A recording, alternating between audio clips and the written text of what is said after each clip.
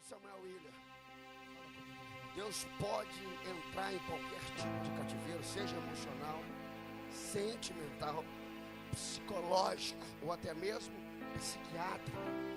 Na saúde, Deus ele pode ou existe limitações para determinados cativeiros.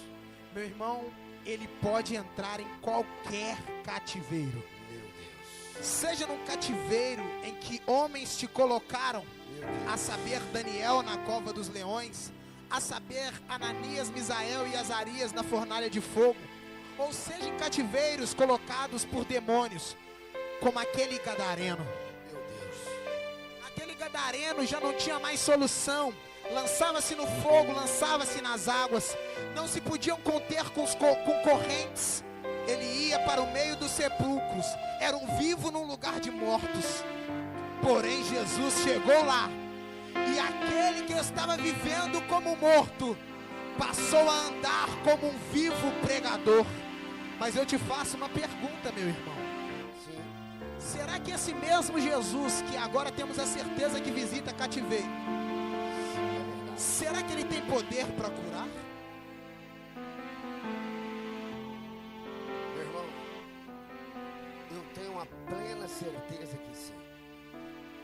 Ele é aquele que os exemplos bíblicos nos mostram que a sogra de Pedro sofria gravemente com uma enfermidade. Esse Deus, encarnado no seu Filho amado e eterno Jesus Cristo, ele operou. Ele ressuscitou, mandou a menina levantar. E o mais importante, que até Tabita, ele foi e ressuscitou, como nos registra o livro do Atos dos Apóstolos. Mas o mais importante é que independente da enfermidade psicológica, espiritual, física, a origem que for, Jesus, o Jeová Rafá, que cura toda dor, ele vem com o seu poderio, J7, Olha aí. e derrama sobre o enfermo, sobre a enferma, a cura.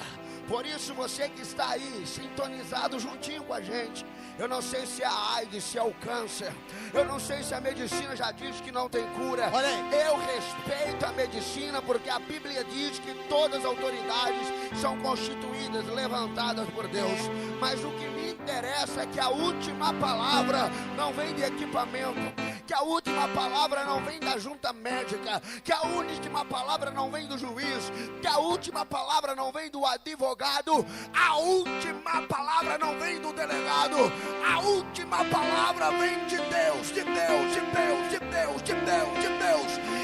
Independente do diagnóstico, Deus diz: vai curar, vai curar, vai curar, vai curar. Seja curar agora. Presbítero Samuel William, esse Senhor ele pode repreender vítima de macumbaria, obra de voodoo, magia negra, esse lado obscuro que muitos temem, têm medo. Esse Jesus ele pode ir lá. Sim, porque diz a palavra, 1 João, capítulo 3, verso 8: para isto, o Filho de Deus se manifestou para desfazer as obras do diabo. Jesus dizendo: o diabo veio para matar, roubar e destruir, mas eu vim, mas eu vim, mas eu vim, mas eu vim, mas eu vim, mas eu vim, para que tenham vida e a tenham em abundância. Se foi feita a obra, Jesus desfaz agora, Jesus desfaz agora, Jesus desfaz agora.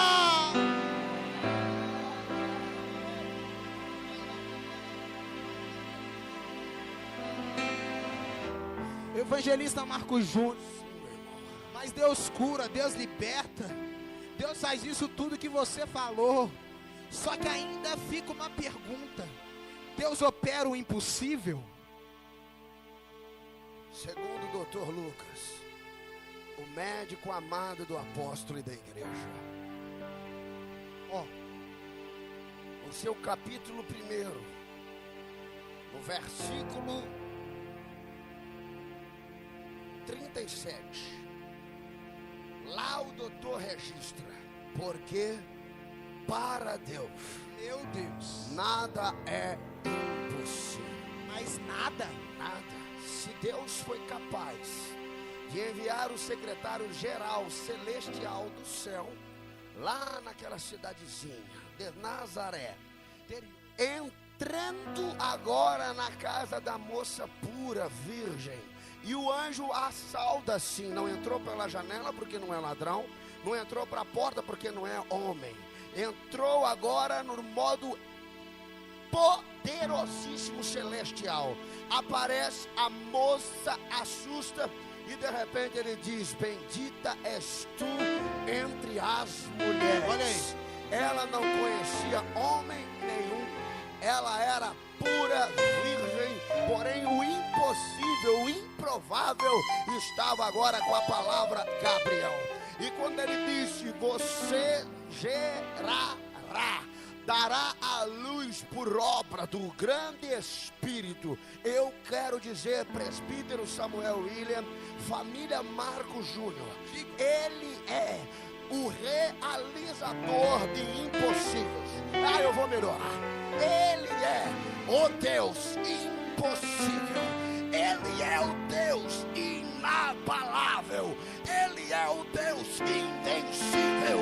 Se ele disse, vai ter jeito, pode crer, o impossível vai ser realizado. Eu não sei o que te pesa, eu não sei o que te prende, mas o seu impossível é seu, porque agora o possível Deus ele toma, e o que o homem diz que não vai dar jeito, Deus diz: eu tenho jeito. Eu vou dar jeito. Então eu tenho uma palavra aqui para as causas impossíveis. Ele já se pôs de pé. Ele já agitou as nuvens. Olha aí. Ele já tremeu a terra. Ele já agitou as águas do mar. Ele vem, ele vem, ele vem, ele vem, ele vem, ele vem e vai realizar agora o seu impossível. Presbítero Samuel, caí, acabei com a minha história ministerial. Presbítero Samuel William, eu já traí a Deus, a igreja, meu pastor, a minha liderança. Eu tenho certeza que para mim acabou. O famoso já era. Será que eu... será que eu agora, no meio dos porcos do chiqueiro, será que ele pode? Será que ele vem? Ainda me dá uma nova história, uma outra oportunidade. Evangelista Marcos Júnior, esse é um dos assuntos que eu acho mais bonitos na Bíblia. Sabe por que, diaconisa Lídia? Do início ao final isso acontece. A Bíblia começa com Adão pecando no jardim. Aí Deus vai levantar, depois de um tempo, um homem chamado Noé. Esse homem foi o responsável de criar e construir a arca. Só que diz a Bíblia que depois de tudo que Deus fizera, Noé se embebedou com vinho e ficou nu diante de seus filhos. Porém, mesmo assim, a Bíblia diz, e Noé andou com Deus. Mas não para aí, depois de um tempo, Deus levanta um tal Abrão. E Deus fala: sai da tua casa, da tua parentela, da casa de teu pai, para uma terra que eu te mostrarei. Só que diz a Bíblia que Abraão, agora casado com a sua esposa Sara, ele vai descer a Gerar, no meio da terra dos filisteus. E o rei daquela terra, junto àqueles homens, viram que Sara era bonita. Por isso Abraão vai e mente. Aí você fala: Deus abandonou Abraão porque Abraão mentiu. Mas Deus não abandonou. Depois de um tempo, Deus levanta Isaac. Isaac é o filho da promessa. Isaac desce a terra dos filisteus, mente sobre Rebeca ser sua esposa, e Deus agora abandonou Isaac. Não, depois de um tempo Deus levanta um tal Jacó, enganador desde o ventre. Alguém pensou: agora Deus abandonou Jacó? Não, Deus não abandonou Jacó. Depois de um tempo, Deus vai levantar um tal Moisés, e esse Moisés, ele vai começar agora como egípcio, mas um dia, Moisés descobrindo a sua filiação, ele vai matar um dos homens do Egito. Aí você diz, o ministério de Moisés acabou, e eu te digo, não, Deus ainda levantou Moisés. Passado um tempo, Moisés está no meio do povo, e agora a diaconisa Lídia, Deus derrama da unção de Moisés sobre vários homens, e dois, Eldade e Medade, estavam profetizando fora do arraial. Aí se levanta Josué: Moisés, você vai deixar esses homens ficarem profetizando até agora? Josué pecou porque não eram homens que profetizavam, mas era o Espírito Santo que estava sobre eles. Aí Deus abandonou Josué? Não, porque diz a Bíblia que ele foi o sucessor de Moisés. Vou adiantar um pouquinho, tem um tal Davi, mata gigante, mata leão, mata urso, adulterou, assassinou seu servo. Deus abandonou? Não, Deus disse, esse é segundo o meu coração. Aí tem um discípulo chamado Pedro, esse negou 3 vezes, traiu 3 vezes e mentiu 3 vezes. Deus abandonou Pedro? Não, mas Deus disse, sob esta pedra e sob esta pedra pequena eu edificarei a minha igreja, e as portas do inferno não prevalecerão contra ela. Aí tinha um homem chamado Saulo, perseguia e matava os cristãos. Deus abandonou Saulo? Não, mas Deus falou, eu o levantarei. Ananias, vai à casa, a rua chamada direita, na casa de Simão, pois lá tem um tal de Saulo que eu preciso levantar. Ananias fez igual o irmão mais velho do filho pródigo, mas Senhor, ele persegue e mata. Deus diz, Ananias, vai, impõe as mãos sobre ele, ele vai começar a enxergar. E sabe o que eu vou fazer? Eu vou mostrar para ele o quanto ele padecerá pelo meu nome. Caiu, Deus te levanta. Caiu, Deus te restaura. Caiu, Deus vai te levantar.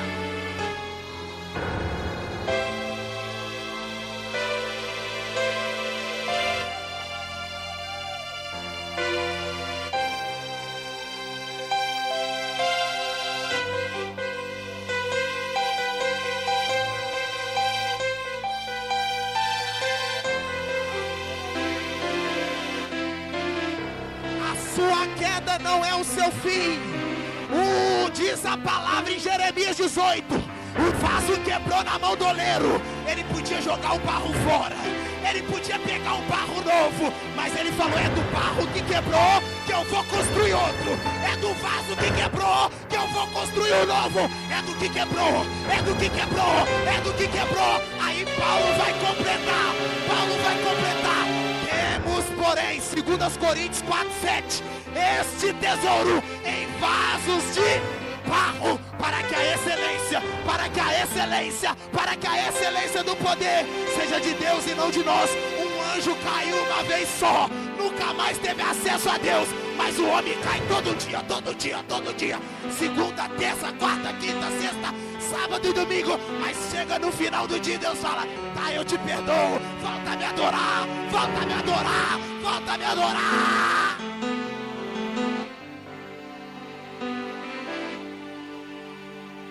Evangelista Marco Júnior, eu tô no fundo do poço. Eu tô tão fundo que eu nem vejo mais a luz. Meus irmãos me venderam, e a culpa nem foi minha. Eu só sonhei. Você acha que ainda tem chance para mim?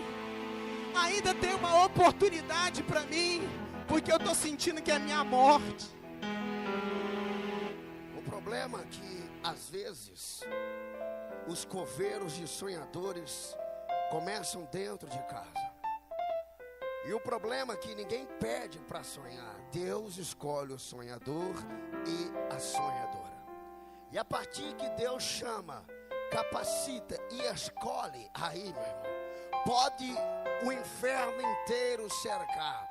Deus, ele sempre vai blindar. E o mais importante, que o sol, a lua, as estrelas, o fecho, vão ter que cumprir, vai ter que fazer igualzinho, porque ele está agora, ele quem? O E maiúsculo, Deus Todo-Poderoso, está sentado agora sobre o globo da terra. Ele pega o seu trono e transporta lá para cima da terra, e lá ele começa a dizer: sol, lua, estrelas, comece agora a reverenciar o sonhador.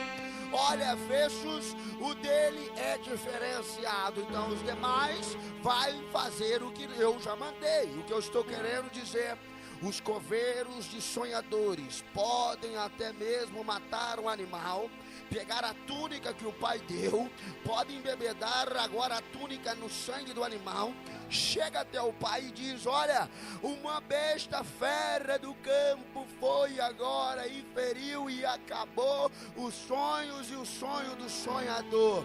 Só que de repente vai vir uma comitiva dos midianitas, porque olha, cisterna não mata sonho, cisterna não põe ponto final em sonhadores, cisterna é apenas um processo, pouquinha água, muito insetos peçonhentos, um lugar horrível de se estar.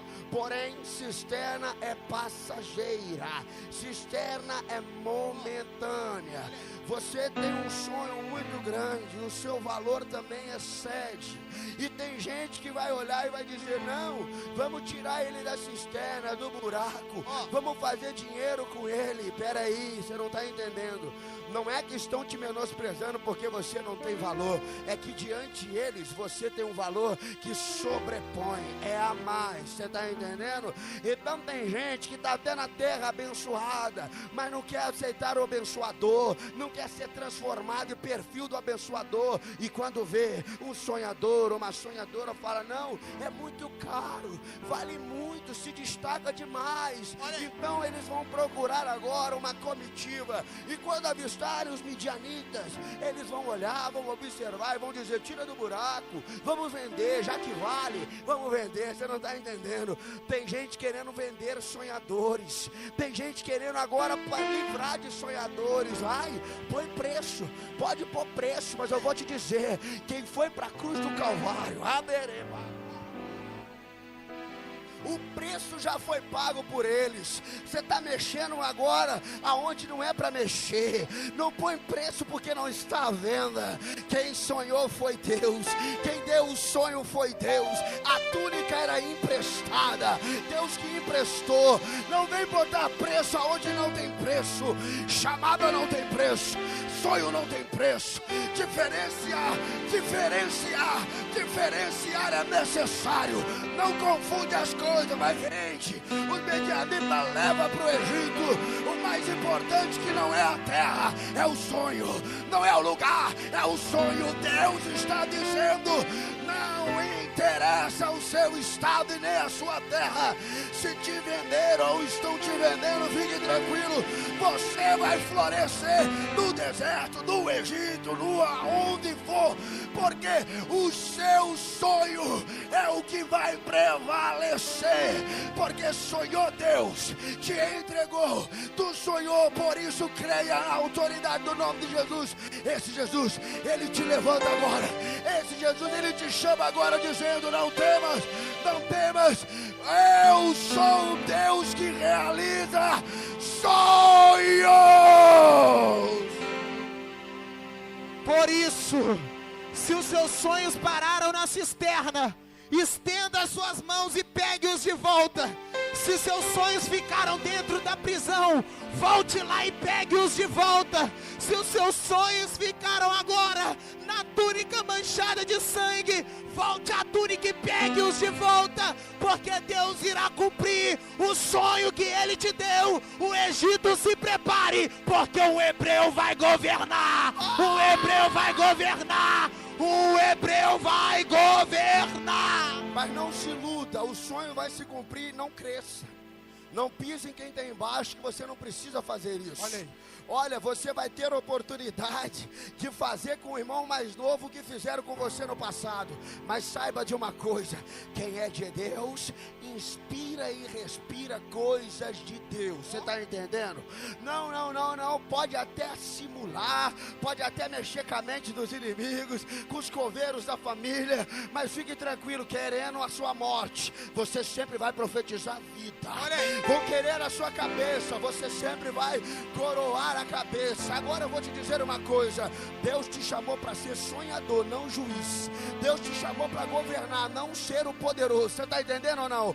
Governe até onde Deus manda. Não use o seu governo para matar quem está embaixo. Eu vou te falar uma coisa, segura que essa é forte. Tem muita gente que consegue até agora se destacar, mas na hora que começa a ver os sonhos, o cumprimento, começa a esquecer quem era, da onde saiu e quem é o todo-poderoso que você é dependente. Mas eu vou dizer agora, na autoridade do nome de Jesus: sonhe, porque foi o Pai quem te deu.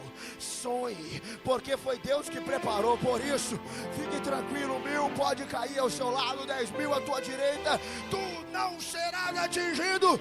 Voe, vai viver os teus sonhos. Às vezes você se pergunta, porque algumas pessoas na verdade se perguntam: por que o meu sonho não cumpre? É porque tem gente que diz assim, ó: se eu fosse José, Judá ia se ver comigo. Se eu fosse José, Rubens ia se ver comigo. Se eu fosse José, Simeão ia se ver comigo. Se eu fosse José, Levi ia se ver comigo. Se eu fosse José, Issacar ia se ver comigo. Se eu fosse José, Zebulon ia se ver comigo. Se eu fosse José, Dan e Naphtali iam se ver comigo. Se eu fosse José, Gad e Azer iam se ver comigo. É por isso que o sonho não cumpre, porque quando José teve eles na mão, ele falou: senta na minha mesa, come e bebe, porque vocês me deram a morte, mas eu lhes dou a vida. Vocês me entregaram a cisterna, mas eu vos entrego a mesa. Vocês me deram uma túnica manchada de sangue, mas eu vos dou túnica nova e alimento para vossa família. Só cumpre o sonho de quem é José. Deus só cumpre o sonho de quem é José. Larga esse pensamento e começa a pensar: quando Deus me honrar, eu vou honrar meus inimigos. Quando Deus me honrar, eu vou levantar meus inimigos. Quando Deus me honrar, eu vou abastecer meus inimigos.